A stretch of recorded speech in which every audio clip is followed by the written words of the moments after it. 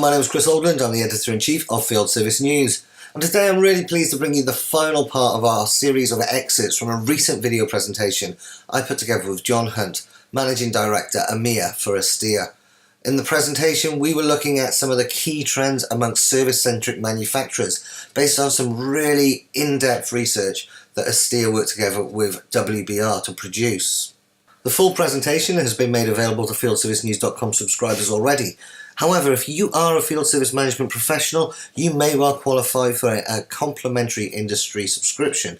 And if you complete the link below to apply for your subscription, we will send you a copy of this full presentation, and you can access that either by downloading the file or watching it online for exclusive access to Field Service News premium content. And so as we look at the final concluding part of this series of excerpts from the presentation, we see where John and I were discussing the ubiquity of mobility in field service management, where we see the overwhelming percentage of companies who state that their technicians are using mobile devices to record data whilst they're on site. On that kind of point as well, talking about empowering the engineers, overwhelmingly, and I kind of touched on this, it's pretty much completely prevalent now across most markets as well. It's not just a kind of US or EMEA thing. It seems to be most markets that we touch, certainly. We're seeing the proclivity towards mobile being overwhelmingly prevalent. And we're seeing it in this stat here. 89% of field service companies state their technicians currently use mobile devices to record data about service appointments as part of their regular process. I mean, are you surprised that there's still 11% of companies that aren't doing this, John? I mean, that seems to be the crazy thing there.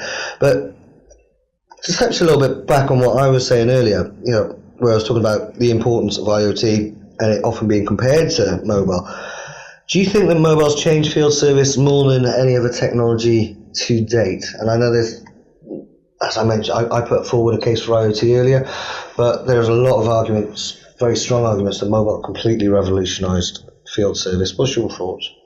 I think it's been, it's hard for me to say what's been the single biggest driving force, but I think it's definitely top two or three as a driving force. But I think it's also important to realize that it's just, maybe stating the obvious, but it's simply the tip of the iceberg. Yeah. So let's use an example of, quote unquote, recording data on a mobile device. And I want to continue to use that distinction between data and information. Yes.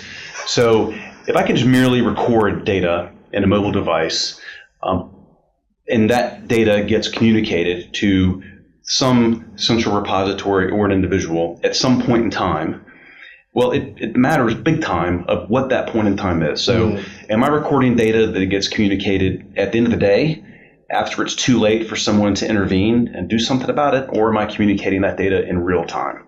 Right. Again, stating the obvious, real time, provided that you can convert the data into information that allows actionable insights to be acted upon in real time or near real time or intraday, is incredibly important. Yeah. Right. So yes, there has been a large level of adoption in these mobile devices, but that type of thing is a great example of where I think a lot of organizations still have a huge opportunity to improve, upgrade their existing systems they may have in place, or maintain the mobile devices they might have in place and replace them with an even stronger software as a service platform that does enable them to take the data points and convert them to information in real time to allow somebody, whether it be a field supervisor or a back office worker, to intervene and improve the situation at that point in time. To take St. Peter the plumber, and instead of taking St. Peter the plumber to go from John's mom's house to a job 30 miles away, to potentially send that St. Peter the plumber to a job at 10 miles away because I've got to hit a certain SLA with the consumer that's got a preventive maintenance plan. I'm going to miss it. And there was an accident on a motorway that prevented the originally scheduled technician to get there. Right? I think that's very important.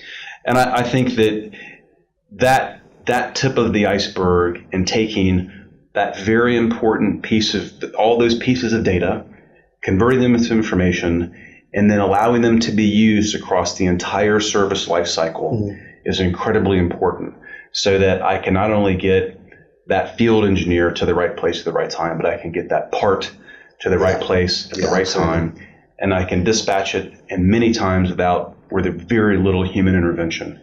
I think it's an incredibly important piece of the puzzle that a lot of people might overlook when they say, well, I've got a mobilized field force that's enabled with mobile devices today. It's good enough as part of my digital transformation. But really taking a look under the covers to find out, okay, what are you doing with that? And how frequently are you able to update that data and do something with it? Which is where an embedded business intelligence solution really comes to the fore, enabling executive management or dispatch center scheduling management or field supervisors to take a look at that information and make medium to long-term planning decisions associated with it, to take a certain group of technicians or engineers or an individual engineer and improve and help them hit the top quartile of what their peer group is able to achieve, but also make that all-important intraday decision that can impact many customers. Because once you mess up one service delivery in the chain of a part or a person, you've negatively impacted the entire day. Yeah, absolutely, because it's that domino effect, isn't it, where one will spiral out. I mean, just to kind of push you on that a little bit, how do companies make that choice when to look under the covers, to use that analogy? Because obviously there's that balance, isn't there, between always wanting the best that's available and being able to eke out those, in field service, that 1% can yield huge differences in revenue. But then there's the balance, and you've touched on it a few times, of things like data security, mobile device management, for example. If you're going to roll out a new kind of upgrade on the mobile app, how do companies strike that balance? Is it something that they should be under continuous review? Is it, the hardware guys would always say, well, you need at least 3 years for a device, especially the enterprise hardware guys. 3 years to 7 years is what they push for. Obviously, they've got benefits in that. How do you approach that? I think that it's very important for these organizations to have a cross-functional group of people that are in information systems or information technology or whatever it is they want to refer to them as nowadays. The product development group that's developing the product to begin with and generating demand from the customers. Yeah. And operations, those ones that are responsible for delivering the after sales service during the extra mile.